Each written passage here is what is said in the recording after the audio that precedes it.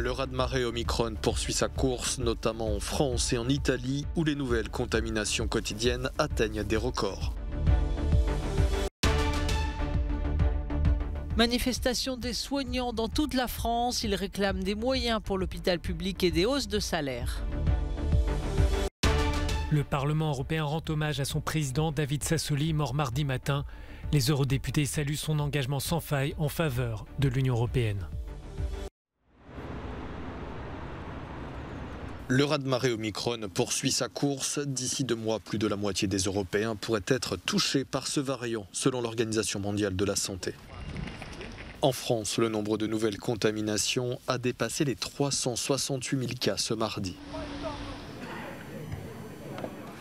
Et nous n'avions jamais observé des chiffres pareils depuis le début de la crise sanitaire. J'ai parlé de raz-de-marée. Le terme me semble à la hauteur du nombre de contaminations. 22 000 patients hospitalisés pour Covid, 3 900 en soins critiques et de réanimation.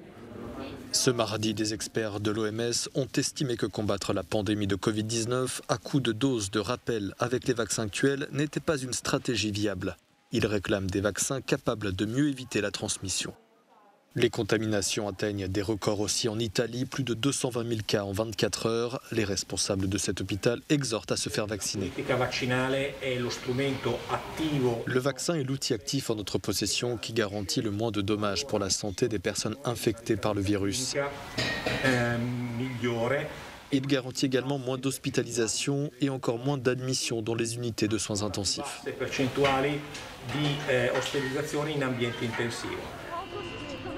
La Turquie s'attend à une croissance rapide des cas de contamination. Le pays compte aujourd'hui plus de 70 000 nouvelles infections quotidiennes. C'est plus de 50 000 par rapport à fin décembre. Le ministre turc de la Santé a prévenu qu'Omicron serait dominant dans les prochaines semaines.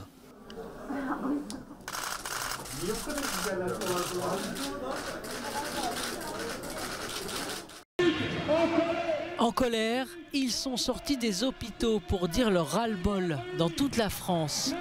Ce que veulent ces soignants, ce sont des hausses de salaire, l'arrêt des fermetures de lits, mais aussi des moyens et des postes pour l'hôpital public, lessivés par les vagues successives de Covid-19. Ici à Paris, 3000 personnes qui dénoncent le Ségur de la santé. 50 jours de négociations en 2020 qui ont donné lieu à des investissements insuffisant pour les soignants. La fermeture. Pour créer des postes, 15 000 postes au Ségur de la Santé, 15 000 postes. C'est 2,5 postes par hôpital. C'est du délire, c'est du n'importe quoi. Il faut au minimum 100 000 postes dans les hôpitaux. Alors qu'après la première vague, nous avions ouvert en France quasiment 12 000 lits de réanimation. Nous avions commencé à former du personnel. Le gouvernement a refermé tous ces lits et nous sommes revenus à 5 000 lits de réanimation. C'est totalement insuffisant pour prendre en charge les malades Covid et les autres malades, puisque nous sommes en période d'hiver. Dans le cortège, des soignants qui se plaignent de la charge de travail, de salaires peu attractifs qui découragent les vocations. Il y a aussi des techniciens et ouvriers hospitaliers qui réclament les mêmes primes que les soignants. On retrouve des éducateurs auprès d'handicapés qui se sentent invisibles. Autant de souffrances exprimées alors que la pandémie ne leur laisse aucun répit.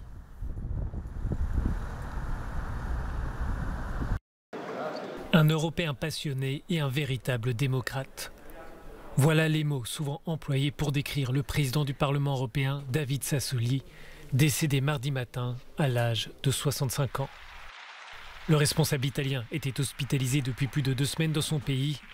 Il est mort de sérieuses complications liées à un dysfonctionnement du système immunitaire.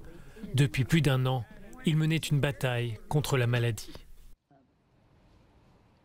Devant le Parlement européen, les élus et les membres de l'institution ont organisé une minute de silence en mémoire de celui qui fut d'abord un journaliste. Tous se souviendront d'un homme qui a dirigé l'hémicycle à travers la pandémie de Covid-19. Face à la crise sanitaire, David Sassoli a dû mettre en place des structures de travail inédites au sein de l'hémicycle. On se souviendra de David Sassoli comme un président important de cette institution, car il a su maintenir ce Parlement actif, pertinent et déterminé dans une période très difficile pour l'Europe. L'un des succès de son mandat de 2 ans et demi restera la finalisation des négociations du budget à long terme de l'Union européenne. Ce compromis a ouvert la voie à la mise en place d'une enveloppe de 1 800 milliards d'euros et à la création du fonds de relance. L'intérim est désormais assuré par la première vice-présidente du Parlement, Roberta Metsola. La Maltaise est d'ailleurs pressentie pour lui succéder formellement à la tête de l'institution à l'issue du scrutin qui aura lieu la semaine prochaine. David Sassoli laisse derrière lui une longue carrière de journaliste et un engagement politique dédié au projet européen. Après avoir reçu la présidente de la Commission européenne à Paris la semaine dernière, Emmanuel Macron a reçu ce mardi le président du Conseil européen, le Belge Charles Michel. L'occasion de réaffirmer la volonté que la voix de l'Union européenne porte au niveau international, notamment dans le contexte des discussions entre Russes et Américains. Bonjour. Qu'il y ait un réengagement américain sur ce sujet et quelques autres est une bonne chose et je pense que nous devons nous en féliciter. Et donc les discussions en cours entre les États-Unis d'Amérique et la Russie sont relatives à la question ukrainienne, mais pas seulement, aux questions de sécurité collective entre ces deux puissances. Et ça, c'est une très bonne chose. Je pense qu'il ne faut pas du tout qu'on paraisse gêné. Oui, nous sommes mobilisés, oui, nous sommes engagés et nous allons bien veiller à ce que l'Union européenne soit active pour défendre la sécurité et la stabilité. Les deux hommes ont passé en revue l'agenda européen des prochains mois et notamment les dossiers que la France veut appuyer durant sa présidence de l'UE. Merci à tous et une excellente journée. Par ailleurs, Emmanuel Macron et Charles Michel ont rendu hommage au président du Parlement européen, David Sassoli, décédé la nuit dernière. Cette année, la croissance mondiale va ralentir et le scénario du pire n'est pas exclu. La Banque mondiale a revu en baisse mardi ses prévisions de croissance économique mondiale pour l'année 2022. Avec le variant Omicron qui touche de nombreux pays, l'institution financière a mis en garde contre les risques qui menacent surtout la reprise dans les pays émergents. Avec le variant Omicron, la pandémie de Covid-19 nous impacte toujours. D'ailleurs, on observe des niveaux d'endettement qui sont assez élevés. Les pressions inflationnistes et les défis liés au climat rendent les choses encore plus compliquées. Et avec une marge de manœuvre politique très limitée dans les économies de marché émergentes, tous ces risques augmentent la probabilité d'un atterrissage brutal. Selon la Banque mondiale, dans un tel scénario, les pénuries de main-d'œuvre s'accentueraient, perturbant davantage les chaînes d'approvisionnement mondiales et alimentant l'inflation. D'après les prévisions, la zone euro n'est pas épargnée par le ralentissement et la menace d'Omicron. La croissance européenne a ainsi été révisée en baisse pour 2022 à 4,2% après 5,2% en 2021. Face au risque inflationniste, une éventuelle hausse des taux d'intérêt en Europe pourrait freiner davantage la croissance. L'affaire Novak Djokovic n'en finit pas. Le numéro 1 mondial aurait voyagé entre la Serbie et l'Espagne fin décembre. Le problème, c'est qu'à la question « Avez-vous voyagé dans les 14 jours précédant votre vol vers l'Australie ?», le champion serbe avait répondu non dans le formulaire pour entrer dans le pays. À moins de 2 semaines de son départ pour l'Australie, différentes publications dans la presse internationale et sur les réseaux témoignent d'un voyage du numéro 1 entre la Serbie et l'Espagne fin décembre 2021. Novak Djokovic, arrivé à Melbourne le 4 janvier, a vu son visa annulé et a passé les 4 jours suivants dans un centre de rétention pour migrants avant d'obtenir gain de cause en justice ce lundi. Toutefois, le ministère de l'immigration australien peut toujours annuler le visa du joueur.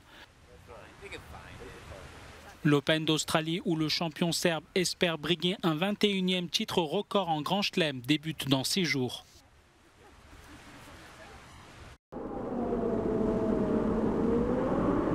À 3200 mètres d'altitude en Antarctique, sur un dôme de glace appelé Little Dome C, règne une certaine agitation. Une équipe italo-française a commencé à forer en Antarctique. Objectif, trouver et étudier des carottes de glace vieilles de 1,5 million d'années. La vitesse de forage sera d'environ 170 mètres par semaine. Nous visons à atteindre une profondeur de 2700 mètres dans les 4 prochaines années. Et cette année, l'objectif est de terminer l'installation du camp, d'installer la foreuse et de descendre de quelques centaines de mètres. Les échantillons de glace permettront d'évaluer les tendances climatiques et de mettre en œuvre des stratégies pour les atténuer. La mission financée par la Commission européenne à hauteur de 11 millions d'euros doit durer 7 ans. La première partie de la recherche dans les années 2000 avait permis de récupérer déjà de la glace vieille de 800 000 ans.